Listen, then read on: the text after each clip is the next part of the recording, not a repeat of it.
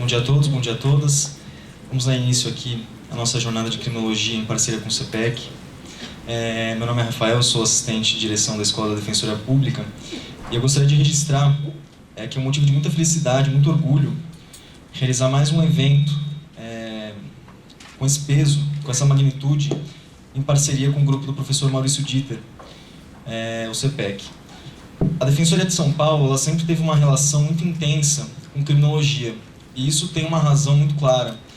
A partir do momento que você tem uma missão de defender a população vulnerável, é necessário entender esse sistema punitivo, é necessário se aproximar dessa realidade.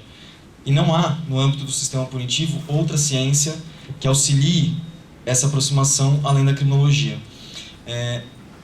Nesse sentido, eu estava conversando com a professora Vera, que há alguns anos ela deu uma palestra nesse auditório e falou um pouco sobre um texto que ela tinha produzido sobre lei de drogas e como aquilo mudou a minha perspectiva enquanto defensor público em relação àquela realidade que eu lidava diariamente. Em relação à minha perspectiva sobre a lei de drogas, a criminologia ela tem esse condão, né? Ela tem essa função. Eu gostaria apenas, antes de começar o evento, de lembrá-los de duas coisas. As próximas palestras, hoje à noite, amanhã de manhã e amanhã à noite, serão realizadas na São Francisco, ok? Então, se alguém chegar aqui, o auditório vai estar fechado.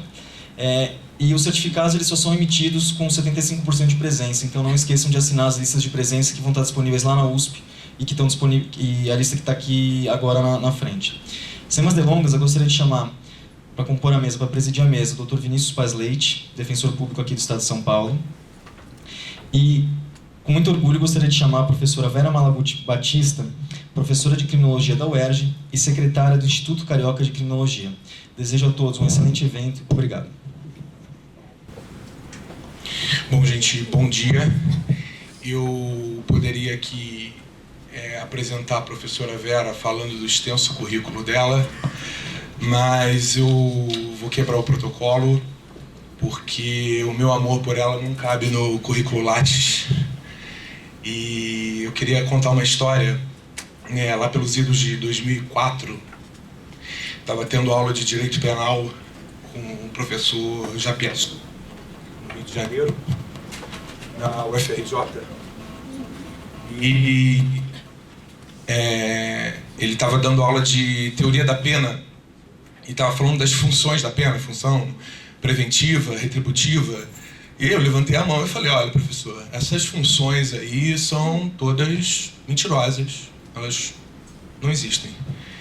E ele já sacou o que estava acontecendo e falou, olha, o abolicionismo ele é muito bom na teoria, mas ele não resolve o problema, ele não propõe nada, ele é só teórico. Ele é muito bom na teoria, na prática ele não resolve nada, não propõe soluções.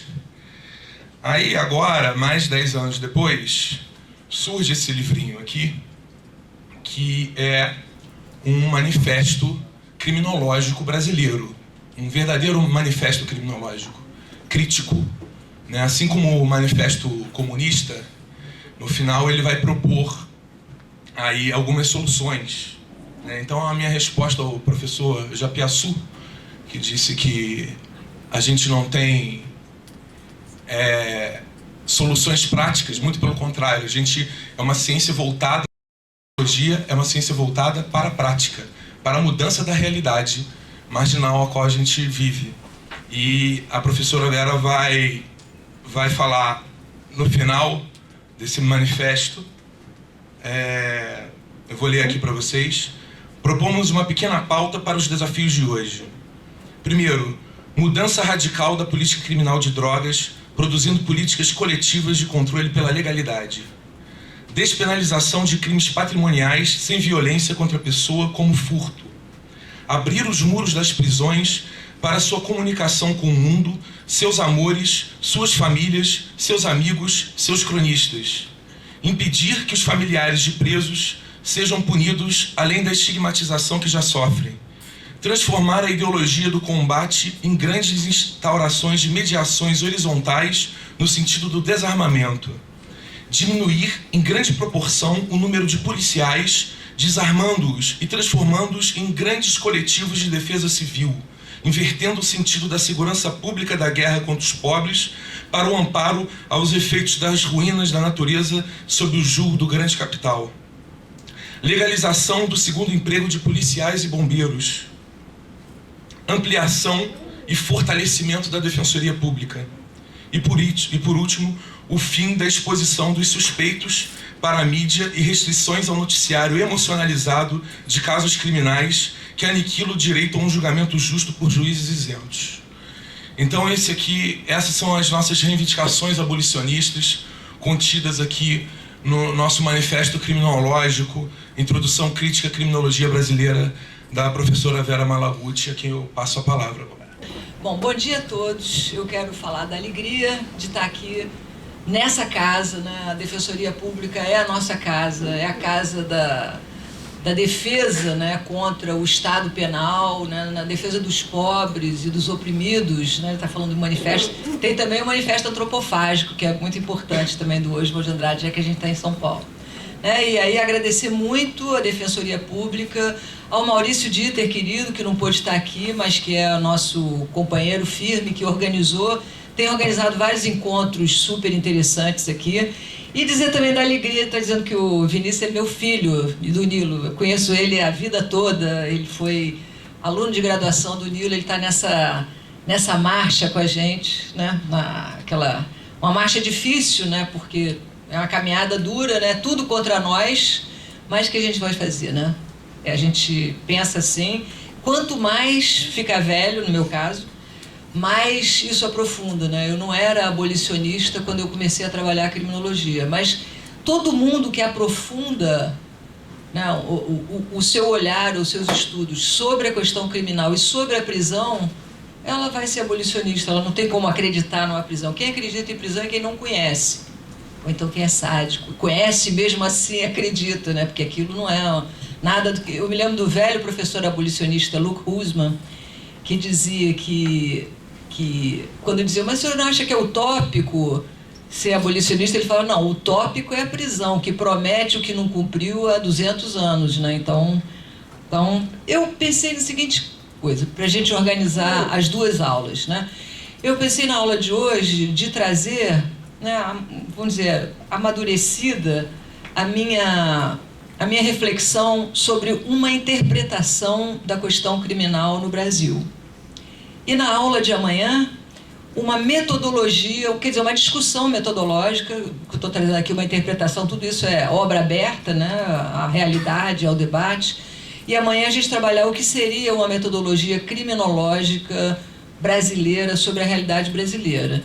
Eu não tenho formação jurídica, acho que nem todos aqui também têm formação jurídica, então a minha proposta metodológica é uma proposta em debate, né? Quanto mais a gente vai procurando uma verdade na pesquisa, mais ela vai ficando longe, né? Quanto mais a gente lê, mais a gente acha que precisa ler. Quanto mais a gente faz uma metodologia, mais a gente sabe que isso é uma caminhada, né? Então eu vou dar vou falar bastante aqui no primeiro momento. Eu proponho depois a gente fazer o intervalo e abrir para o debate na segunda parte. Se alguém tiver também alguma dúvida, não precisa de ser uma coisa muito formal. Então vamos lá.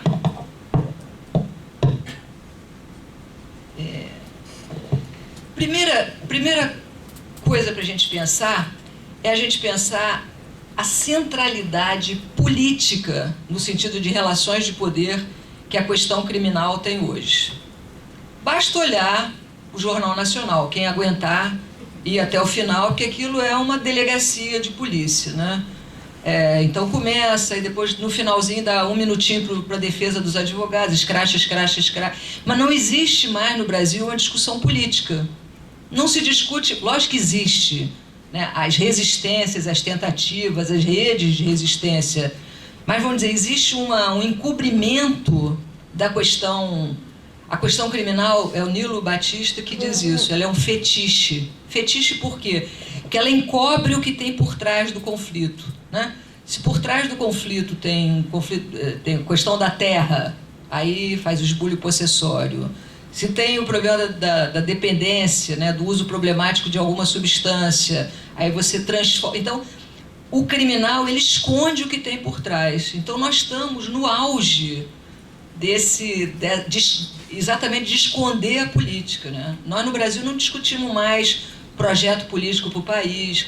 Eu discuto, vocês também devem discutir nos seus movimentos, mas oficialmente, né, no poder, isso não existe mais. Então, a questão criminal hoje é se o Lula é culpado, se o Lula vai ser preso, se o Temer vai ser não sei o quê. É um troço e que ajuda a fazer essa verdadeira violação do Brasil que está acontecendo, né, depois desse golpe do capital vídeo-financeiro que aconteceu e que nós estamos vivendo uma regressão, assim, eu que já sou mais velha, eu acordo, acabou a legislação trabalhista, acabou. Cada dia a gente leva um susto, né? A minha própria universidade, onde nós estamos resistindo, hoje ela já é, né, aquelas certezas que a gente tinha, não sabe se eles vão privatizar, se eles vão vender, o que vai... Lógico que nós estamos lá na resistência, não vou nem dizer no passarão, porque sempre que disse isso eles passaram, né? Mas estamos lá, vai ser over our dead bodies, vai ser por cima do nosso cadáver. Então, estamos lá, mas Então, a questão criminal, ela é fundamental para essa gestão neoliberal, que a gente chama do capitalismo videofinanceiro, né? E a judicialização, eu me lembro que há uns 10 anos atrás, a gente tem aquela intuição, né? Uma coisa que é da pele, né? Às vezes você nem tem os argumentos. Eu acho que eu fui fazer mestrado, doutorado, estudar para afinar os meus argumentos, né? Mas eu me lembro, eu sou socióloga, mas eu me lembro que quando começou a discussão da judicialização, parte da sociologia achava, né, como é um discurso, né, que a judicialização nos ia levar a um patamar civilizatório, né? Eu que trabalho com o conceito de barbárie de um filósofo chamado Marildo Menegatti, né, onde a barbárie não se contrapõe à civilização, ela é o excesso de civilização, segundo a teoria marxista, né? Então, essa judicialização, na verdade, ajudou a expandir o sistema penal e o poder punitivo, não é? E aquelas, eu me lembro do Barata dizendo, não temos que ter penas alternativas à pena. É claro que as penas alternativas têm uma função importante, mas quando elas entraram para desafogar o sistema penal. E, na verdade, não desafogou, expandiu seus tentáculos, né? Hoje, briga de vizinho, qualquer coisa é judicializada, criminalizada, né? Então, e isso produziu, então, o nosso objeto, né? O nosso objeto de luta, de reflexão, que é o grande encarceramento. O Brasil está no terceiro, disputando, se não me engano, com a Rússia, o terceiro lugar. Não é coisa boa isso, né? O terceiro lugar em população encarcerada, e estamos disputando com aquele Facínora, presidente da Filipinas, né? Da Indonésia, que está matando, traficando. Como a gente faz? Estamos disputando com ele, já que estamos na mesma política criminal, com derramamento de sangue, a maior taxa de crescimento da população encarcerada do mundo. Então, os Estados Unidos, pré-Trump, tem até uma decisão da Corte Suprema, não sei se vocês sabem, que era, por exemplo, o Estado da Califórnia tinha que libertar 25% dos prisioneiros. Lógico que essa notícia não vai sair no Jornal Nacional e tal. Então, nós já estávamos nos Estados Unidos, e também no período Obama, né, com um decréscimo da taxa de encarceramento. E mesmo na Rússia, né? Mas no Brasil a gente está na ascendente. Então, qual é a nossa principal tarefa? Nossa principal tarefa, primeiro, é desnaturalizar, né? O meu livrinho, toda a aula de criminologia, porque o que parece para a gente? Que a prisão é uma espécie de cenário natural, né? Faz parte da natureza. Eu sempre brinco dizendo, olha, se você é religioso, dependendo da religião, não foi o Senhor que no 8º dia criou o crime, o criminoso, a prisão, né? Então, e se você também trabalha no paradigma biológico, é cientificista, né?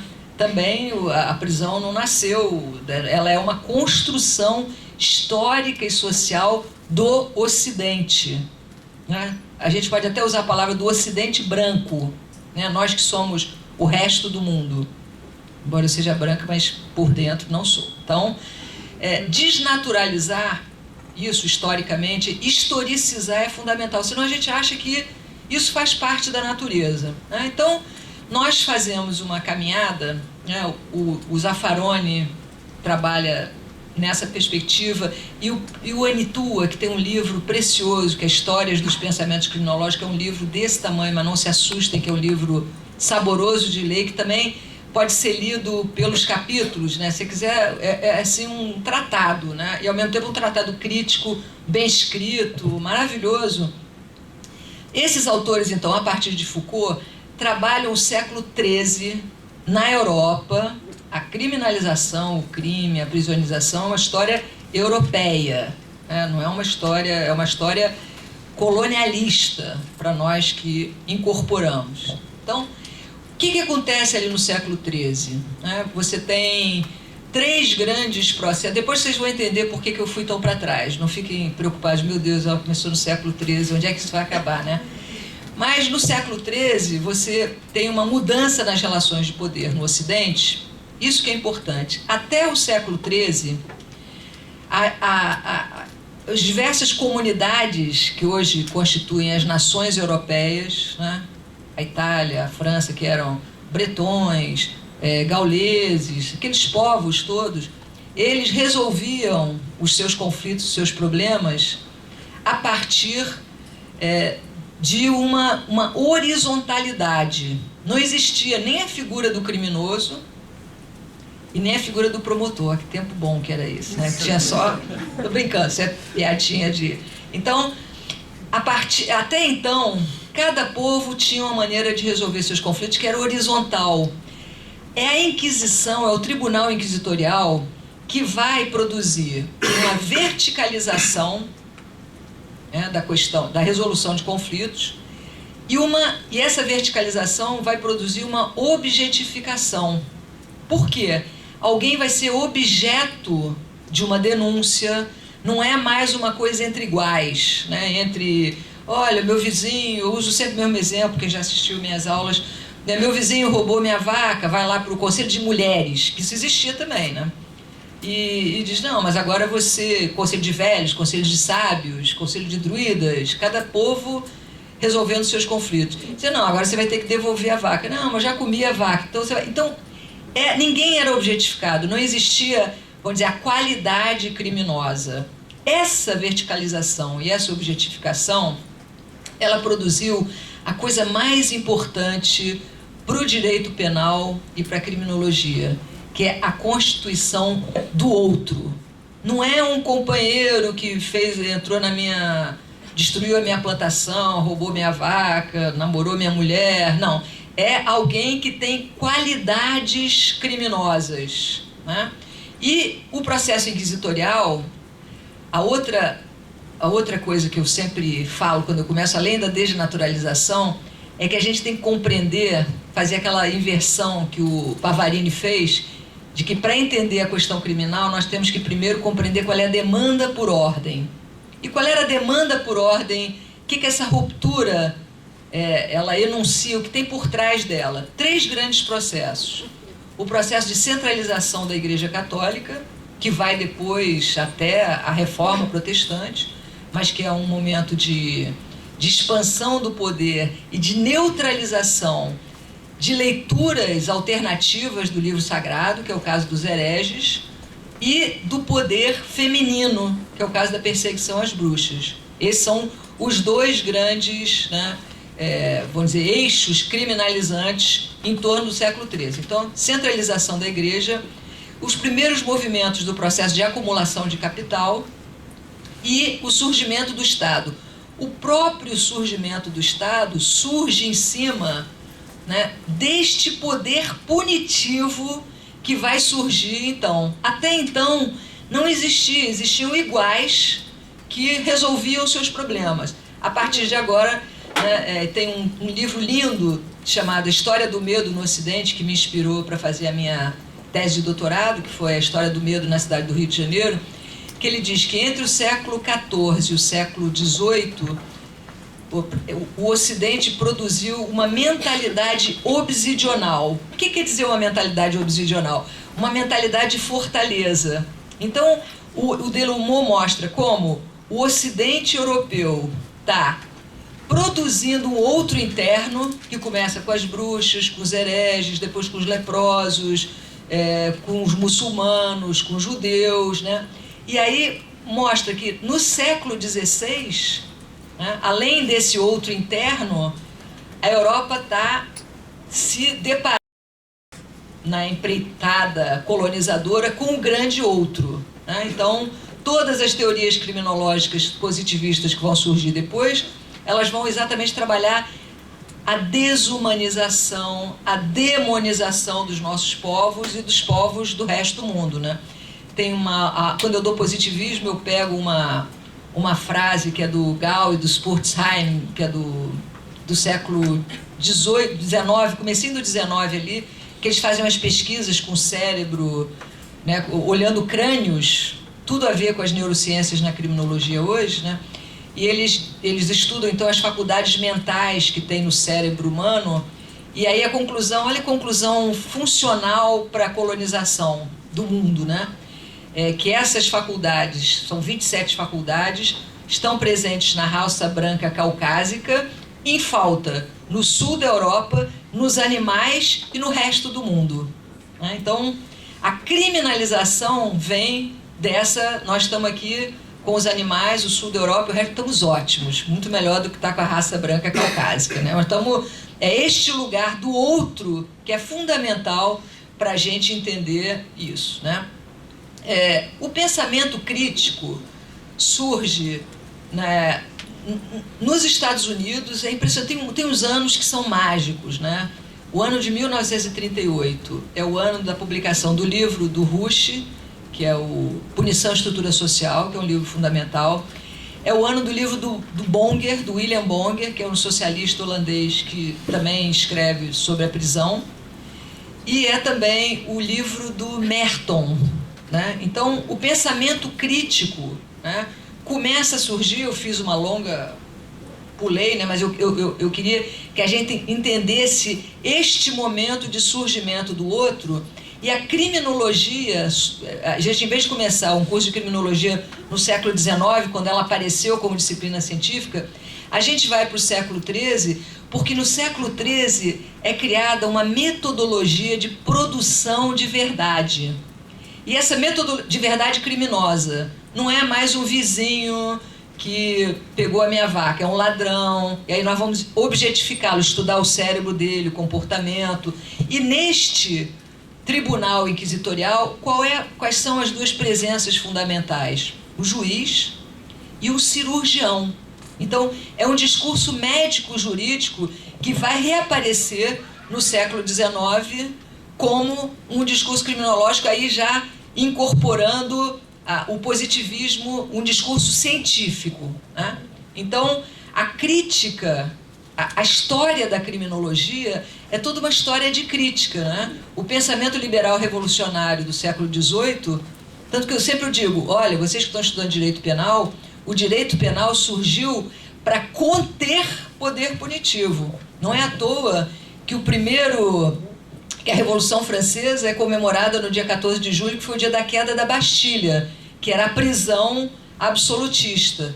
Então, porque senão o estudante que naturalizar os dias de hoje, ele vai achar exatamente que o direito penal ele surgiu para expandir poder punitivo, né, que os juízes, eu não vou citar nomes, né, mas os juízes que estão agora aí celebridades, né, punitivos, eles vêm dessa linhagem. E o direito penal surge. Então, vem depois o positivismo no século XIX, mas ao mesmo tempo tem o positivismo, tem o Freud lá dizendo, olha, todo mundo tem desejo de matar, né? Usando pela primeira vez o conceito de reação social. Então, enquanto o positivismo criminológico bomba no nazifascismo, na Europa, está lá até hoje, né? O racismo, todas aquelas coisas que estão embrenhadas, né, nas subjetividades europeias, brancas, caucásicas, né? O Freud estava lá na Áustria sendo expulso, um pensamento minoritário. Isso nos dá alento para a gente pensar criticamente nos dias de hoje, porque Freud está aí, a obra dele está viva até hoje, criticada, datada, mas vamos ler Lombroso? Lógico que o Lombroso faria o maior sucesso hoje nas escolas de direito, mas é ridículo o Lombroso, o cara que vai medir a propensão ao crime. Não deixem de ler O Homem Delinquente ou La Donna Delinquente, que ele vai provar que é pelo tamanho da testa, a relação do nariz com o queixo, e lógico, ele vai naturalizar a tendência ao crime entre o sul da Europa, os animais e o resto do mundo. Ele vem nessa linhagem. Bom, e essa história, então, crítica, os Estados Unidos, eu demorei, a Rosa Delorme, que foi uma grande criminóloga maravilhosa, venezuelana, foi a minha grande mestra para trabalhar a questão das drogas na América Latina, já morreu também era socióloga. A Rosa Delorme, ela dizia que nós, críticos, líamos pouco a criminologia dos Estados Unidos, que a gente lia muito a europeia. Ela fazia essa crítica. E quando, o último semestre passado, eu fiz a minha matéria na pós-graduação na UERJ, era sobre a criminologia estadunidense. De Sutherland, Thorsten Selling, até Angela Davis. O movimento negro americano dos anos 60 era abolicionista muito antes, né, desse abolicionismo europeu, e a gente não conhece, a gente lê pouco, né? Então o pensamento crítico vai também no nosso continente muito além de um pensamento, de uma tradução simples dos textos críticos europeus, né? Bom, eu acho que o livro do Loic Wacquin, O Punir os Pobres, a gestão a gestão da pobreza, né? Ele faz uma atualização desse livro do Rush, que, na minha modesta opinião, tem um probleminha no último capítulo. O livro do Rush é uma epopeia, né? Porque o Rush era gay e era judeu. Então ele acaba se suicidando em 1950 na Inglaterra. A história dos críticos tem 3 suicídios, né? 2. Não, um fuzilamento, que é Pachucanes, e 2 suicídios, que é William Bonger, que se suicida quando os alemães entram em Amsterdã, escreve uma carta linda para o filho dele, falando